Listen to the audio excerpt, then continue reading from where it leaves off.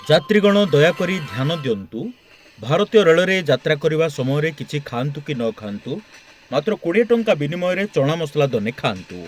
Party को स्वाद करंतु, मन को खुशी दियंतु एवं भोक को मारंतु। भोक न होउथिले मध्य तुंड को टुकुटुकिया रखिबा पई चना मसला दने मुहरे दियंतु।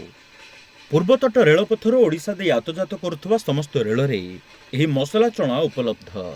अधिक पैसा दे पवनपुड़ा चिप्स किणी खाइबा बदल रे एही प्रकार चना हेरिका किणंतु। ଏହା ଫଳରେ ଏସବୁ ବିକ୍ରି କରି ପରିବାର ପ୍ରତିପୋଷଣ କରୁଥିବା ତଥା ଗୁଜୁରାଣ ମେଣ୍ଟାଉଥିବା କ୍ଷୁଦ୍ର ବ୍ୟବସାୟୀମାନେ ଆଉ ଦି ପଇସା ଅଧିକ ରୋଜଗାର କରିପାରିବେ। ସେମାନଙ୍କର ଉନ୍ନତିରେ ସମାଜର ମଧ୍ୟ ଉତ୍ଥାନ, ଏକଥା ସଦାସର୍ବଦା ମନେ ରଖନ୍ତୁ। ଗଞ୍ଜାମ ଖଣ୍ଡାଶଳ ପକ୍ଷରୁ ଜନହିତରେ ଜାରି ଏହି ବାର୍ତ୍ତାକୁ ରେଳଯାତ୍ରା କରୁଥିବା ଆପଣଙ୍କ ପ୍ରିୟ ପରିଜନଙ୍କ ସହିତ ନିଶ୍ଚୟ ସେୟାର କରନ୍ତୁ। ବିନମ୍ର ନିବେଦନ, ନମସ୍କାର।